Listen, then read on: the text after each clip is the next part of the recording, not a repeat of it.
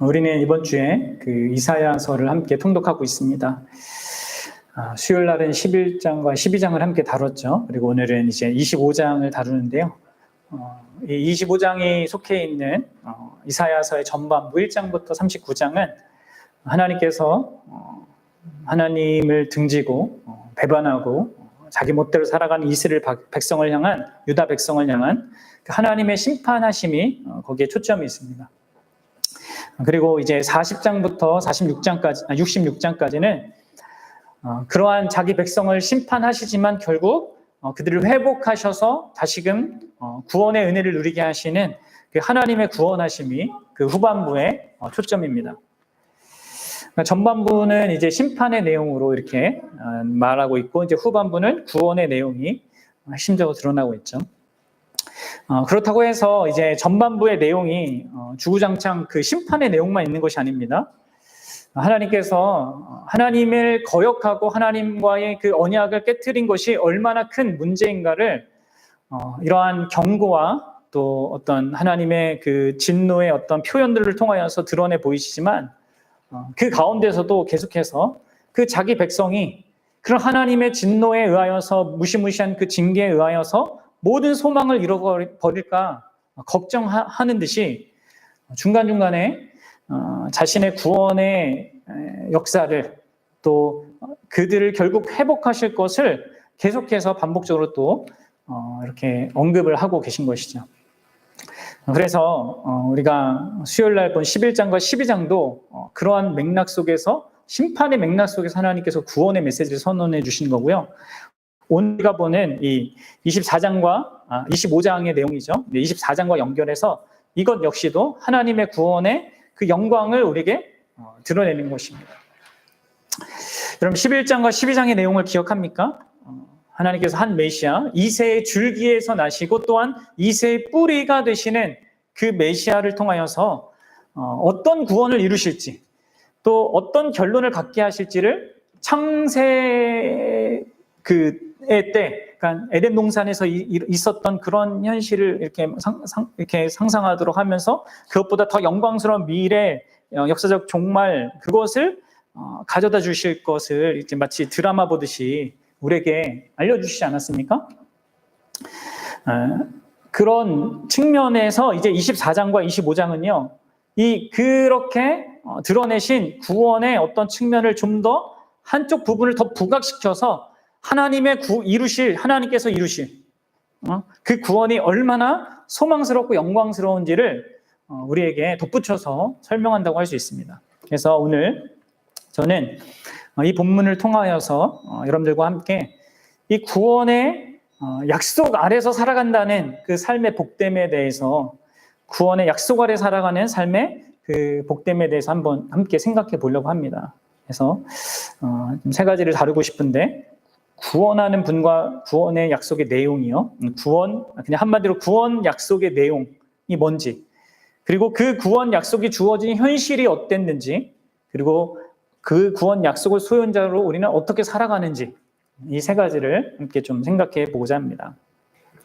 자, 먼저 이 하나님께서 25장 6절부터 8절까지, 사실은 이제 뒤에 25장 그 5절 그 앞쪽 부분에 있는 1절부터 5절, 그리고 뒷부분에 있는 그 모든 내용들이 다 이제 구원하시는 모든 내용에 포함되는 건데, 우리가 중간에 있는 것이 좀 핵심적이라서 그거를 보는 겁니다. 그럼 여러분들, 이 본문을 우리가 같이 읽었는데 이 본문에 드러난 하나님의 구원의 그 내용은 무엇입니까? 어떠한 구원으로 말하고 있습니까? 우리가 언제나 성경을 볼 때 어떤 하나님께서 행하시는 그 일을 생각할 때는요, 먼저 하나님께서 어떤 분인가, 이것도 함께 생각해야 됩니다. 하나님의 그 일하심, 그 배후에 있는 하나님의 성품을 먼저 보고 생각할 줄 알아야 됩니다. 여기서는 하나님의 그 구원의 그 일들이 나타나지만 그 일들 안에 하나님의 어떠하신 그 성품이 드러나고 있죠. 자, 어떻게 드러나고 있습니까? 본문을 보면은 하나님께서 만민을 위하여서 연혜를 베푼다고 하시죠. 그렇죠? 네. 그 이야기는 무엇입니까? 하나님의 포용성을 보여줍니다.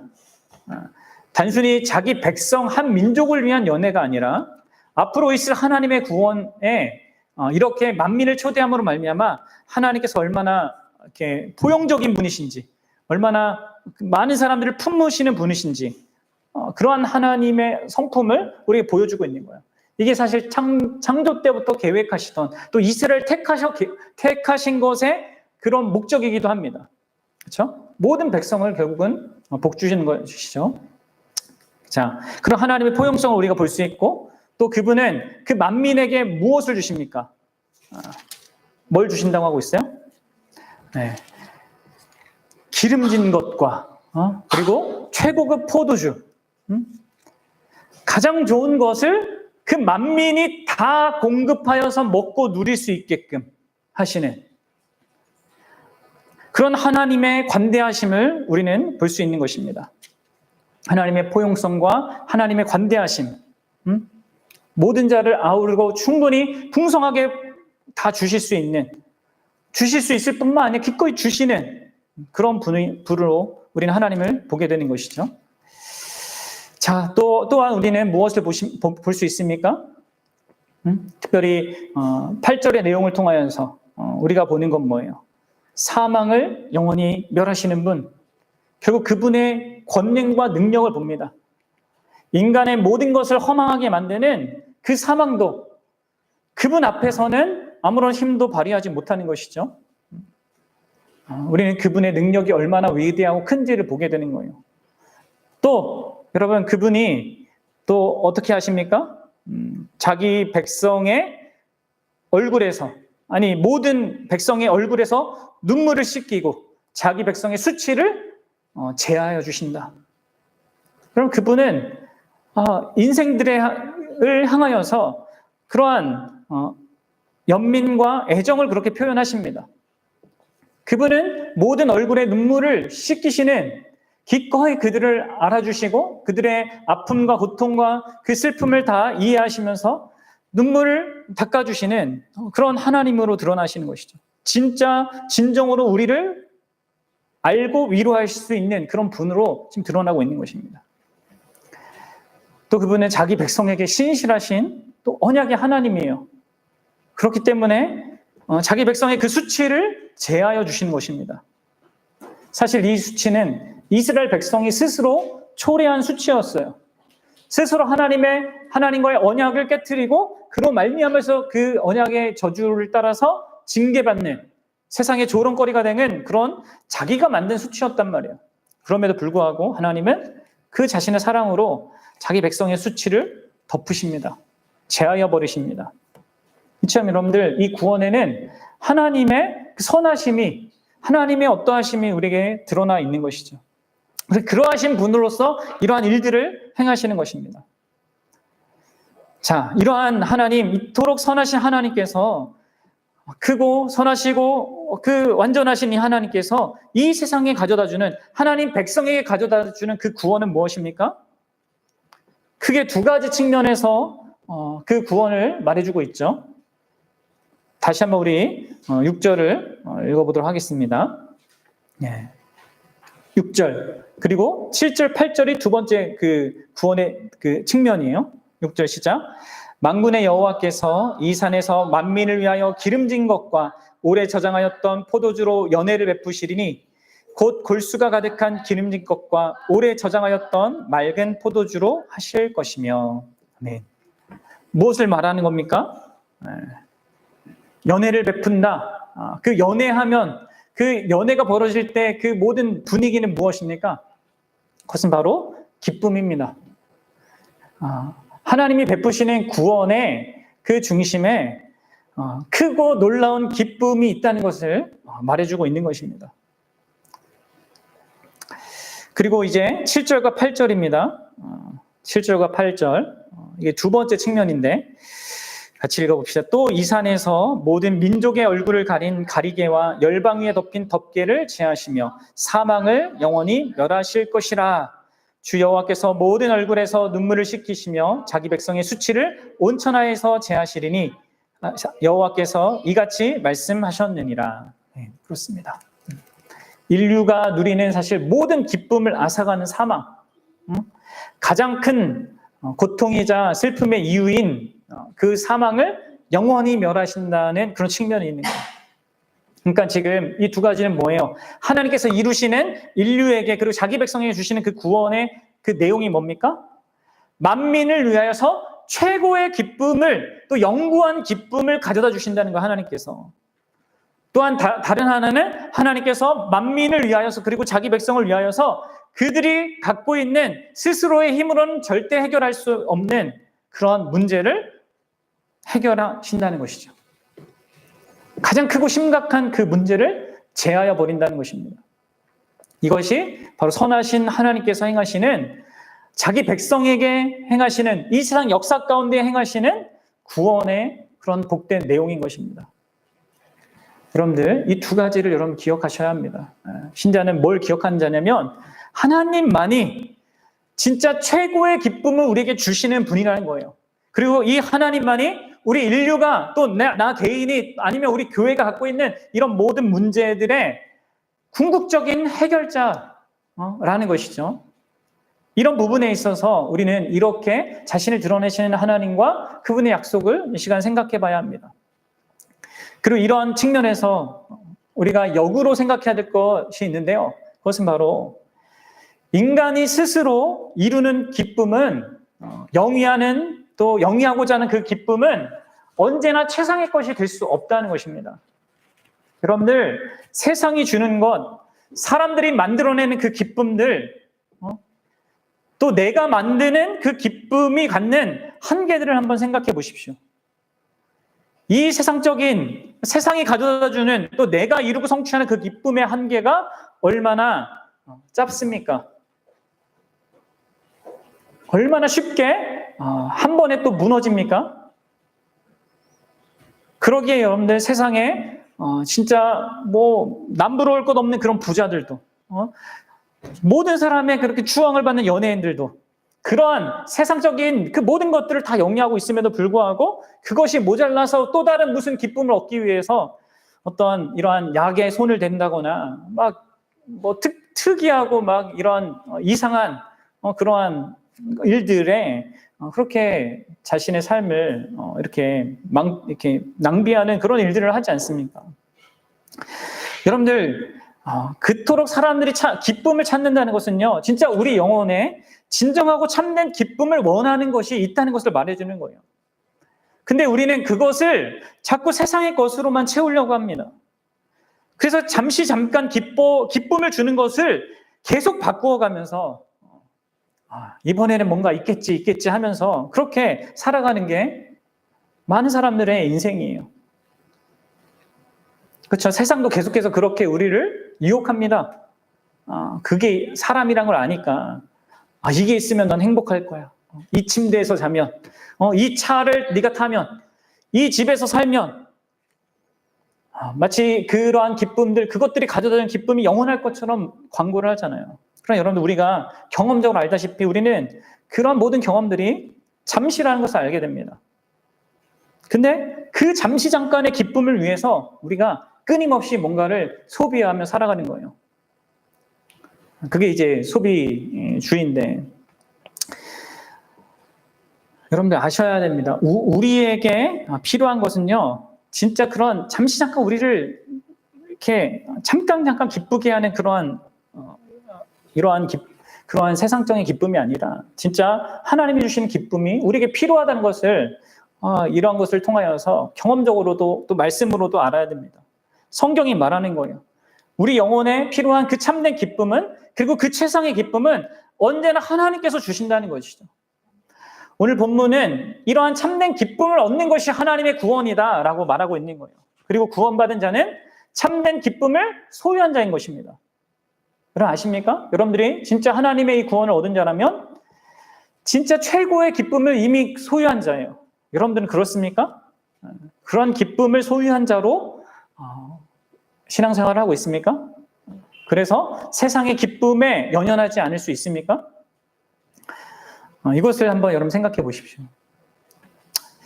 또한 더불어서 우리가 한 가지 또 생각해 볼 것은요, 이러한 인간이 최고의 어떤 기쁨을 만들 수 없다는 것과 더불어 생각할 것은 인간이 또한 이 세상에 있는 인간의 그 근본적인 문제를요, 또 가장 절박한 문제를 결코 스스로 해결할 수 없다는 거죠.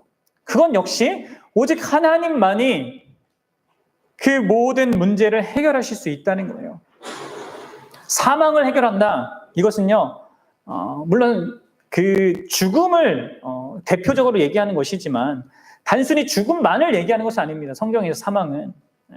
사망이 대표로 하는 모든 악과 고통, 우리의 인생에 눈물을 자아내게 하는 모든 비참한 현실들을 대표로 상징적으로 말해주고 있는 것이죠. 그래서 모든 눈물을 씻는다라는 말이 있는 것입니다. 그렇습니다, 여러분들. 인생의 눈물이 이렇게 마를 날이 있습니까? 그 어떤 사람도 그런 인생을 살지 못해요. 아무리 어떤 시대, 어떤 역사 가운데 우리가 태어났다 하더라도 다 눈물 흘릴 날들이 있단 말이에요. 하나님만이 인류의 진정한 문제를 해결할 수 있다는 거예요. 여러분들은 이를 믿고 또 이를 경험한 자입니까? 여러분들, 우리가 인간이 처한 모든 문제들, 이것들을 해결하는 것은요, 우리 이 땅의 사회의 어떤 발전, 문명의 발전이 아니고 또 과학의 발달이 아닙니다. 어떻습니까? 여러분들은 문명의 발달과 과학의 발달이 인간을 더 인간답게 만들었고 또 인간의 모든 문제를 해결했다고 생각합니까? 그러면 아니에요. 양상만 달라졌지 또 그러한 어떤 문제들이 상당히 교묘해졌을 뿐이지 이전이나 저 먼 과거나 현재나 인간의 근본적인 문제는 전혀 해결되지 않았습니다. 인간에 의한 유토피아는요 전혀 꿈꿀 수가 없는 것이에요. 그런 세상은 오지 않습니다. 그래서 여러분들 모든 미래를 그리는 영화들이 다 어떤 의미에서 천편일률적으로 다 비관적인 것입니다. 네, 그래요. 여러분들 중세가 끝나고 우리의 이 세상의 문제는 우리가 하나님께 속박당해서의 문제였는데 거기서부터 이제 벗어나서 인간이 자유를 갖게 되었고 기술과 과학이 발달하고 있기 때문에 인류가 더 좋은 세상을 만들 수 있을 거라고 고대했죠. 옛날에는 신화와 뭐 이런 어떤 것에 매여 있었지만 이제 그렇지 않으니까 하면서 그런 인류의 미래에 대한 유토피아적인 그런 기대를 가졌지 않습니까? 그런데 어떤 일이 벌어졌어요? 예. 전체주의와 세계대전이 발생했습니다. 그로 인해서 정말 수없는 사람들이 죽어나가는 일들이 벌어졌죠. 그러면 그러한 경험들 속에서 그때 당시의 사회에 허무주의나 그 신비주의가 급속도로 이렇게 퍼져나갔던 것입니다. 다시 종교에 대한 관심이 커졌죠. 그래서 여러분들 기독교뿐만 아니라 모든 종교가 다 부흥했어요. 50년대, 60년대 이렇게 다. 그래서 여러분들 오늘날에는 이게 다 모든 것이 다 이렇게 혼합되어서 있는 현실인 것이죠. 여전히 과학과 교육 뭐 이런 것들이 우리가 잘하면은 더 나아질 거라고 생각하고 기대하는 사람들. 아니다. 그런 것들은 아무 소망이 없다. 역사를 봐라 하면서 이렇게 허무주의로 또 이러한 신비적인 어떤 것에 빠지는 이런 사람들이 있는 것입니다. 그럼 우리는 어떠해야 할까요? 우리 믿는 자들은?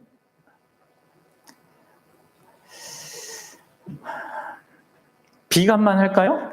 그렇지 않습니다. 우리 인간의 문제를 결코 해결할 수 없다는 이 사실은 우리를 비관하게 하는 사실이 아닙니다. 물론 우리 자신에 대해서는 우리는 그러해야 합니다. 우리는 우리의 문제를 결코 해결할 수 없어요. 그러나 우리 하나님께서는 그 모든 문제를, 우리의 근원적인 문제를 해결할 수 있습니다. 그래서 여러분들 우리는 하나님께서 이루실 그 완전하고 완벽한 그 미래에 대해서, 구원에 대해서 소망하고 살아갈 수 있는 것이고 살아가야 하는 것입니다. 그리고 그런 가운데 어떤 우리의 감당할 일들을 하는 것입니다. 어떤 변화를 시작할 수도 있고요. 시도할 수 있고요. 또 어떤 의미에서 한 시대에 큰 변화를 가져올 수도 있습니다. 그러나 인간이 행하는 것, 인간이 이루는 것, 심지어 그게 하나님의 도우심 가운데 하는 거라 할지라도 그 모든 것들은 다 일시적인 거예요. 그렇기 때문에 여러분들 우리는 우리가 하는 모든 일에 있어서 그것이 궁극적인 결과를 가져올 수 없다는 것을 알고 겸손해야 됩니다. 그리고 오히려 더 나아가서 우리는 우리 모든 문제에 대한 진정한 해답과 해결이 오직 하나님 손에 있고 하나님에 의하여서 궁극적으로 되어질 것임을 소망하고 믿어야 된다는 거예요. 그럴 수 있기 바라요, 여러분들. 그리고요, 그렇게 하나님께서 이루시는 이 구원, 최고의 기쁨을 가져다주고 최고의 그런 우리의 근본적인 그 문제를 해결한 이 구원은요, 사망이 영원히 멸함을 받는 그러한 구원이기 때문에 이것은 무엇을 얘기하는 걸까요? 그것은 바로 세상의 첫 창조 그때보다 아담과 하와가 죄를 짓지 않았을 그때, 그러나 죄를 지어서 사망에 이렇게 노출될 수 있는 그런 상태를 갖는 것보다 더 뛰어나고 더 높은 구원이라는 것을 여러분들 지금 보여주는 거예요. 에덴 동산에서는 사망의 가능성이 있었습니다. 하지만 하나님께서 마지막 날에 이 이사야서 25장을 통하여서 약속하시는 이 하나님의 그 최종적인 구원은요, 사망이 영원히 멸함을 받는 세상이에요. 그렇기 때문에 여러분들 하나님께서 이루시는 그 구원은 단순히 에덴 동산으로의 회귀가 아닙니다. 더 충만하고 영광스러운 세상으로의 그러한 발전이고 나아감인 거예요. 자, 여러분 이런 것이 하나님께서 우리에게 주시는 구원인데요.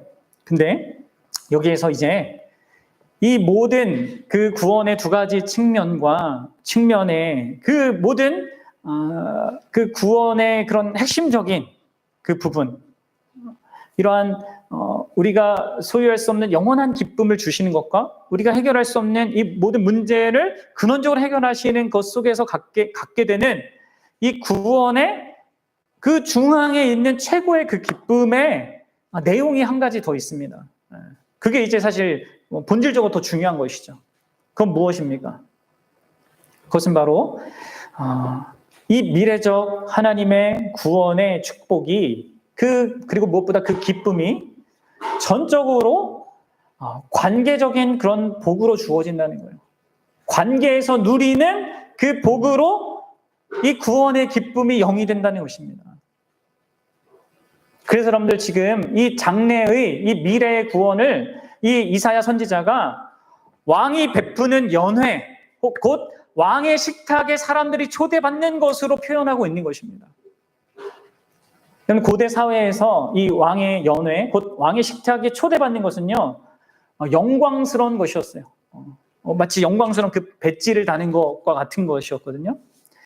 그것은요, 그 사회에서, 고대 사회에서 모든 그 사회 구성원들이 가장 소망하고 가장 기대할 수 있는 최고의 영예와 지위와 영광을 얻는 일이었습니다. 그래서 여러분들, 다윗이 사울의 손자였던 무비보셋을 자기의 상에 앉게 하고 같이 밥을 먹게 한 그 일은요, 이것은 무비보셋에게 너무나 놀라운 것이었어요. 또 그 무비보셋을 바라보는 주변 사람들에게도 너무나 놀라운 것이었죠. 왜 그렇습니까? 다윗을 죽이고자 했던 사울이었고 또 폐위가 된 그 왕가의 후손이지 않습니까? 그런데 그 무비보셋을 다윗이 자신의 상에 함께 먹게 했단 말이에요. 그렇게 초대했단 말이에요. 그러니까 이것은 무비보셋 자신에게도 너무나 영광스러운 일이었고 그것을 바라보는 모든 사람들에게도 이거 엄청 놀랄 일이죠. 원수의 자손을 그런 왕의 식탁에 오게 한다는 것은요, 놀라운 일이란 말이에요. 게다가 여러분들 열왕기 하에 등장하는 마지막 왕 여호야긴도 있지 않습니까? 그가 바벨론에 끌려가서 감옥에 있다가 마지막 그 장면이 어떻게 열왕기 하가 끝납니까?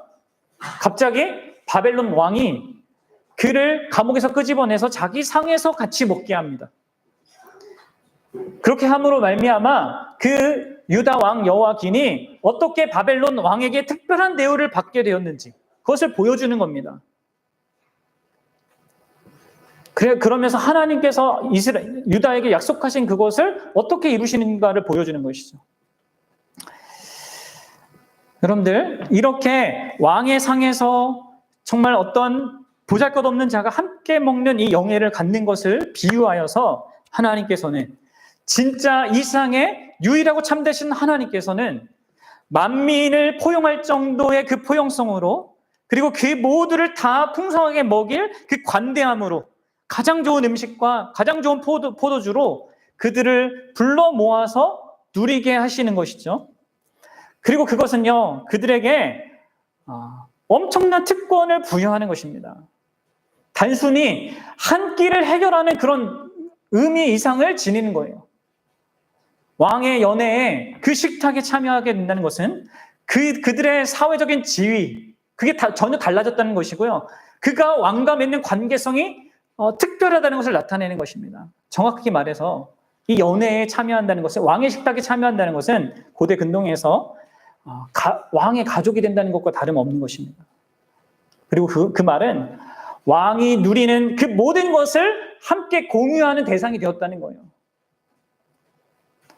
그럼 그렇다면 정말 하나님의 놀라운 구원으로 말미암아 우리가 하나님의 식탁에 참여한다는 것은 무엇입니까? 이 세상 유일무이한 그 최고의 존재와 우리가 특별한 관계를 누리고 영위하게 될 것을 지금 보여주고 있는 것이죠. 그런 관계 속에서 누리는 그 기쁨, 그 최고의 기쁨을 영위할 것을 예고하고 있는 것입니다.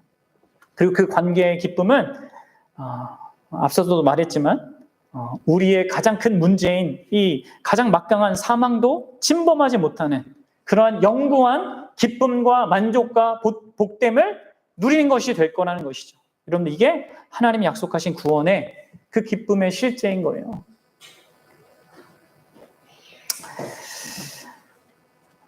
네, 여러분들, 이사야 선지자가 이렇게 하나님의 놀라운 구원을, 정말 이런 소망스러운 구원을 우리에게 얘기해 주는 것을 여러분 잘 들어보십시오. 그리고 한 가지 이제 우리가 두 번째로 생각할 것은요, 이 구원이 지금 누구에게 전해지고 있는지를 생각해야 합니다. 어떤 자들에게. 다시 말해서 이 구원의 약속이 필요한 현실을, 그것을 그 속에 있는 자들은 어떤 자들인가? 어떤 자들입니까, 여러분들? 이 유다의 현실, 이 복된 메시지를 듣는 유다의 현실은요, 이들이 지속적으로 하나님으로부터 멀어져가는 길을 선택하고 하나님이 주실 그 기쁨, 그게 아니라 세상의 기쁨을 쫓아서, 하나님이 주실 영광이 아니라 세상의 영광을 쫓아서 살아가는 그러한 현실을 갖고 있었습니다. 그러면서 하나님과의 언약한 것들, 또 하나님과 약속한 것들을 이렇게 멀리하는, 또 어기는 그런 모습들을 드러냈죠. 그게 이제 앞장 24장에 나오거든요. 우리 24장 5절을 좀 함께 보도록 하겠습니다. 이게 이제 유다의 현실이었어요. 같이 읽어보겠습니다. 시작. 땅이 또한 그 주민 안에서 더럽게 되었으니 이는 그들이 율법을 범하며 율례를 어기며 영원한 언약을 깨트렸습니다. 이들은 하나님과의 그 언약, 하나님이 특별하게 진짜 모든 민족 가운데 그들만 이렇게 특별하게 선택하셔서 누리게 하신 그 하나님과의 특별한 관계를 쉽게 생각했어요. 그러면서 하나님께서 그들의 유익을 위해서 주신 그 율법을 범하고 어기면서 어떻게 합니까? 그 땅을 망쳤어요. 자기 자신을 망쳐갔고 이웃을 망쳐갔고 세상을 망쳐갔습니다. 무엇보다도 그렇게 그들에게 은혜를 베푸신 하나님의 그 마음을 아프게 하는, 슬프게 하는 그러한 죄된 삶을요, 계속 굽히지 않고 견제하고 살아갔습니다. 그러한 자들에게 지금 하나님께서 심판의 메시지를 이렇게 주시면서도 이런 놀라운 구원의 메시지를 동시에 주고 계신 거예요. 곧 그들은 세상의 악과 고통에 의하여서 큰 환난을 당하게 됩니다. 그러면서 절망에 빠지는 일을 또 경험하게 됩니다. 하나님이 우리를 버렸구나 하는 원망까지 내뱉는 그런 현실에 처하게 됩니다. 근데 여러분들, 우리가 생각해야 될 것은요, 그럼에도 불구하고 그런 현실을 그들이 갖고 있었고 그들의 상태가 그러했음에도 불구하고 하나님께서 그들에게 이런 구원의 약속을 주고 계시다는 거예요. 그러면 이것을 어떻게 생각하십니까? 이들 중에는 함께 정말 대부분의 사람들이 이렇기 때문에 같이 좀 그래도 하나님을 의지하고 이게 바라보는 사람들도 있었을 거 아니에요? 근데 여러분들 그들조차 함께 그렇게 한 백성이었기 때문에 그런 고난을 경험하고 그런 징계를 받는데 나아가게 됐단 말이에요. 자, 여러분들 그러면 그들 중에는 이렇게 선지자를 통하여서 선포된 이 말씀을 듣고 귀 기울이고 이 말씀 속에서 하나님께 대한 그런 소망을 발견한 자들이 있었을 것입니다. 그렇죠?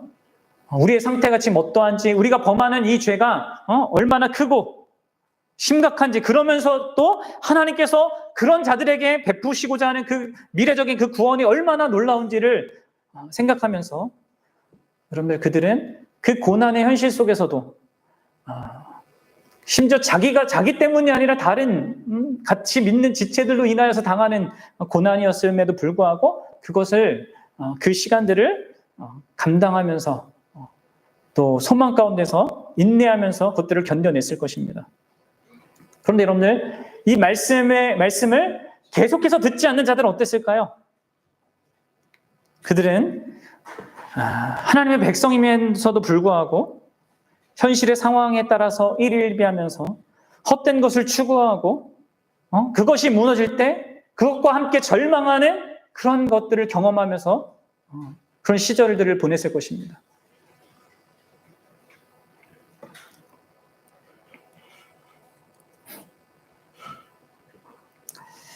사랑하는 여러분, 오늘날도 마찬가지예요. 오늘날 우리에게 이 말씀이 어떤 의미로 주어지는 것입니까?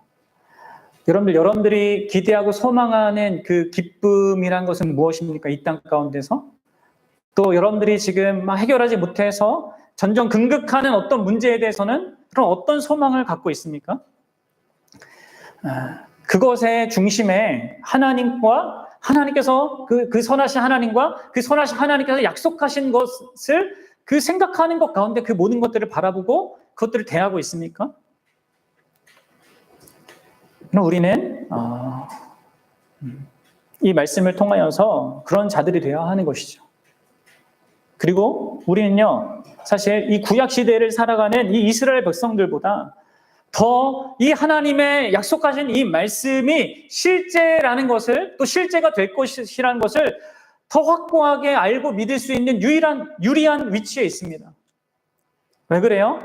그것은 바로 이 본문의 약속이 우리는 이미 성취된 그 시대를 살아가고 있기 때문이에요.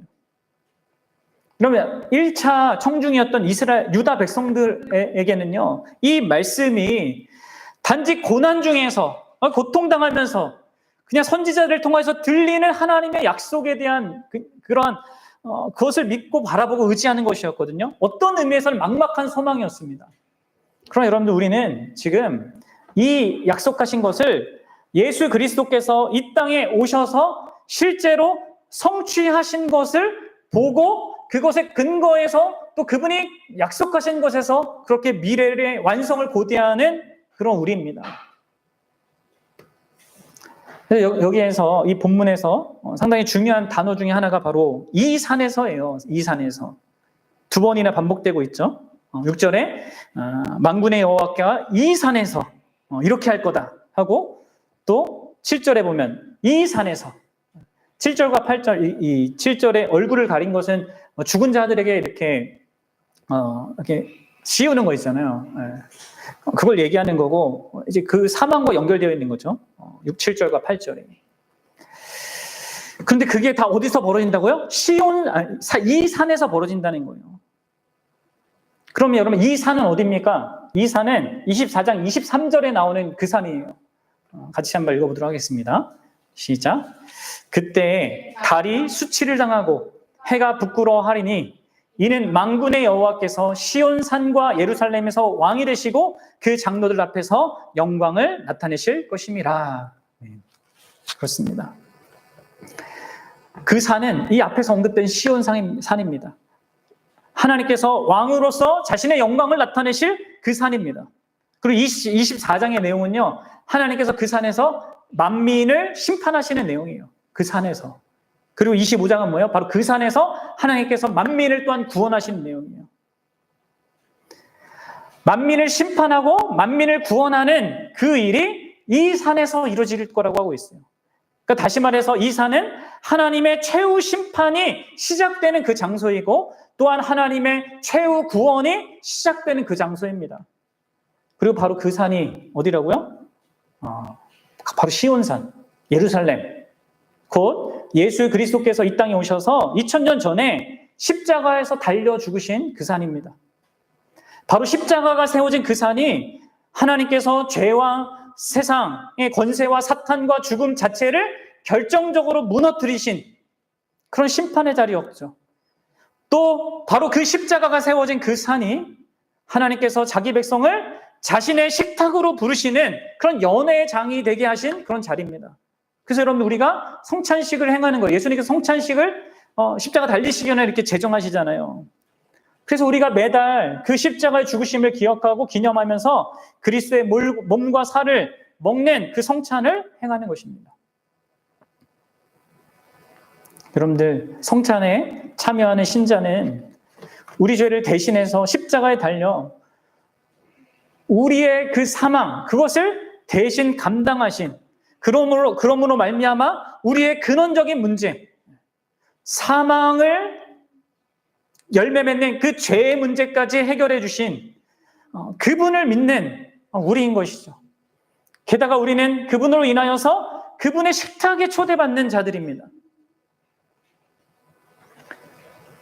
그분과 특별한 관계 속에서 그분의 모든 것을 영위하고 누릴 수 있는 그 특권과 지위를 가진 자로서 부름을 받는 거예요.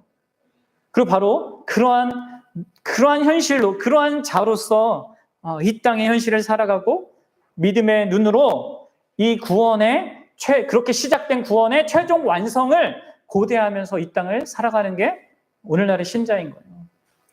그래서 여러분들 우리에게 매주 예배나 교회 공동체로의 모임이나 성찬이 너무나 존귀한 것입니다. 이 예배와 성찬은 우리가 미래적으로 완성되어 누리게 될 구원의 그 실체를 이 땅에서 맛보기로 경험하는 것이죠. 그런데 그렇게 맛보기임에도 불구하고 이 구원은요, 세상이 주는 것과 비교할 수 없는 것입니다. 진짜 참된 기쁨이 있는 것이고 참된 우리의 근원적인 문제를 해결받은 것 속에서 영위하게 되는 하나님 자신과의 놀라운 관계를 영위하는 것이기 때문에 여러분 그렇게 우리는 그리스도와 함께 그분의 모든 것을 누리는 그런 자로 이 땅의 현실을 살아가는 자예요. 그래서 우리가 그리스도인이잖아요. 그리스도인. 그리스도의 사람들로서 그리스도의 지위와 영광과 미래를 보장받고 살아가는 게 그리스도인입니다. 하나님의 선하심과 하나님이 행하신 그 위대한 구원의 일에 소망을 두면서 살아가는 자들이 바로 우리라는 것이죠. 그 무엇으로도 끊을 수 없는 그 관계, 그 기쁨, 그 미래, 죽음에서부터 부활하심으로 말미암아 그렇게 사망을 영원히 멸하실 것을 보여주신 그런 분과 우리가 함께 나아갑니다. 여러분들 결론을 맺겠습니다. 어떤 의미에서 이스라엘 백성들이 예수 그리스도를 죽인 것은 정말 역사상 최고의 실패였고 죄였고 문제였습니다. 이스라엘 백성들이 구약시대 때 하나님께 그 특별한 언약을 받고도 그렇게 하나님을 배반하고 하나님을 멀리했던 그런 모습이 최고조에 이른 것이죠. 그런데 여러분들 하나님은 그 우리의 그 실패와 그 인간의 그 극악한 죄가 결국 우리의 결론이 되지 않게 하셨어요. 놀랍게도 그 십자가 우리가 실패하고 우리가 망했고 우리가 한 최선의 그 결과가 그렇게 하나님을 죽이는 그런 십자가였지만 그것을 통해서 하나님은요 또 놀랍게 세상을 구원하는 그 통로가 되게 하셨습니다. 그리고 결국 그분은 그토록 못난 이 인간들, 특별히 자기가 택한 그 백성들을요 온전히 구원하실 것을 또 약속하시고요. 정말 자기 백성의 모든 그 부끄러움, 심지어 하나님 자신을 향해서 가졌던 그 모든 더럽고 추악한 그 모든 부끄러움을요 다 제하여 버릴 것이라고 다시 한번 약속해 주십니다. 자, 이게 이제 요한계시록에서 보좌에 앉으신 예수 그리스도께서 이 이사야 선지자를 통해서 선포된 하나님의 말씀에 이어서서 하는 말씀이에요. 한번 같이 읽어봅시다. 시작. 내가 들으니 보좌에서 큰 음성이 나서 이르되 보라 하나님의 장막이 사람들과 함께 있음에 하나님이 그들과 함께 계시리니 그들은 하나님의 백성이 되고 하나님은 친히 그들과 함께 계셔서 모든 눈물을 그 눈에서 닦아주시니 다시는 사망이 없고 애통하는 것이나 곡하는 것이나 아픈 것이 다시 있지 아니하리니 처음 것들이 다 지나갔음이로라. 네. 오늘날도 우리는 이 약속의 완성을 고대하며 살아가는 겁니다. 옛날에 구약의 백성들이 그렇게 했듯이요. 하나님의 구원은 예수 그리스도 안에서 이미 시작했지만요. 성취되었고 이미 시작되었지만 아직 완성을 기다리고 있습니다. 바라기는 저와 여러분들이 이런 사실을 명확히 알고 그 예수 그리스도 또 그분 안에서 행하신 하나님의 그 구원의 일에만 소망을 두고 이 땅에 현실을 살아갈 수 있었으면 좋겠어요. 여러분 세상에서는요 참된 그런 기쁨이 영구한 기쁨이 없습니다. 그것은 하나님만이 주십니다. 또 이 세상에는 우리가 해결할 수 없는 어떤 일들이 여전히 있습니다. 그 일들은 우리의 죄 때문일 수도 있고 우리 밖에 있는 사람들의 죄 때문일 수도 있습니다. 우리 자신조차 반복되는 죄로 말미암아 씨름하고 있죠. 여러 가지 관계의 문제로 어려움을 겪고 있습니다. 가장 가까운 가족 때문에 고통을 또 받기도 합니다. 최선을 다하고 지혜를 짜내서 여러 가지 방법을 구하지만 도통 해결될 기미가 보이지 않는 그런 문제들이 우리 인생에는 산적하게 있습니다. 교회는 또 어떻습니까? 이사야 당시 그 이스라엘 백성과 같은 그런 모습을 여전히 드러내고 있습니다. 너무나 복된 시대에 살고 있고 예수 그리스도의 구원을 통하여서 하나님의 구원이 더 선명하게 드러났음에도 불구하고 그것이 마치 없고 그런 소망이 없는 그런 모습처럼 교회에 속한 자들이 교회 안에서 헛된 모습을 또 세상 가운데서 빛과 소금의 역할을 전혀 감당하지 못하는 그런 모습을 드러내고 있습니다. 여러분들 그런 현실 속에서 우리가 어떻게 해야 되겠습니까? 눈을 들어서 이 본문이 말하는 하나님의 약속을 붙들어야 되는 것이죠. 또 그리스도께서 우리에게 약속하신 그 약속을 붙들어야 됩니다. 그리고 그분이 약속하신 그 구원의 완성을 진짜 참된 문제 해결이 궁극적으로 그분에게 있다는 것에 대한 소망을 두고 이 땅을 살아가야 되는 거예요. 그럼 우리에게는 문제가 많습니다. 그리고 이 문제가 다 해결되지 못한 현실을 우리는 끝까지 갖게 될 거예요. 그러나 하나님께서 그리스도 안에서 이 세상을요 결국 온전하게 하실 것이고 우리에게는 최고의 기쁨을 주실 것입니다. 그것을 자기 아들을 주심으로 우리에게 드러내셨고 시작하셨습니다. 그리고 그분이 성취하실 거예요. 그것을 우리는 확신해야 되고요. 확신할 수 있습니다. 그리고 여러분들 이러한 확신은요. 결국 이 엉망진창과 같은 그 현실 속에서도 하나님의 말씀을 듣는 그 자리에 우리 자신을 두는 것을 통해서만 소유할 수 있는 거예요. 이 세상의 현실과 나의 실패와 세상의 악과 고통의 현실 그리고 심지어 교회의 그런 문제와 그런 연약함에도 불구하고 그 모든 것들에 지배당하지 않고 세상의 헛된 소망도 아니고 오직 구원하시는 하나님께 그 그리스도께 선한 참된 소망을 두고 살아갈 수 있는 유일한 길은요. 여호와께서 이와 같이 말씀하셨느니라 라는 그 구원의 말씀을 들을 수 있는 그 자리에 있는 것입니다. 저 여러분들이 그리하여서 그 복된 구원의 길을 걸어가는 그런 하나님의 백성들이 되기를 주님의 이름으로 축복합니다.